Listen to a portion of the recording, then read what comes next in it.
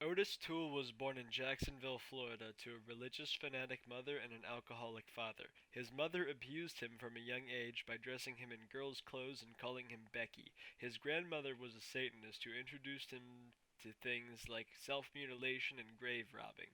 He was considered a low IQ individual at 75 due to his learning disabilities, including dyslexia and ADHD. Throughout all of this, he suffered from epileptic seizures and was a serial arsonist that burned down vacant homes in his area. Toole felt he knew he was homosexual at the age of 10, and he dropped out of school in ninth grade, began going to gay bars, and was a male prostitute in his teenage years. His first murder was committed at the age of 14 when, after being propositioned for sex by a traveling salesman, Toole ran over the salesman with his own car. His Not much is known about him from the ages of 19 to 26. However, after that first arrest when he was 17, we do know that he began drifting across the southwestern United States.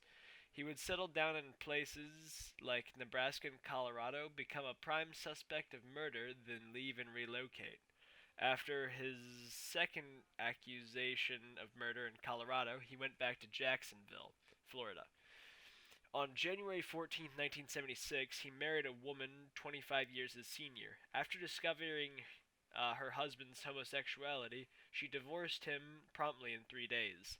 At a Jacksonville soup kitchen in 1976, Toole and Henry Lee Lucas formed a relationship both in terms of killing and sexually, while both being murderers before meeting up. These two killers both had a similar upbringing with abusive mothers who made them dress up in girls' clothes, while also suffering from sexual trauma from before the age of 10. Toole claimed Lucas and him were responsible for 108 murders committed together, sometimes for the satanic Hands of Death cult. Toole would eat the flesh of the bodies to dispose of them.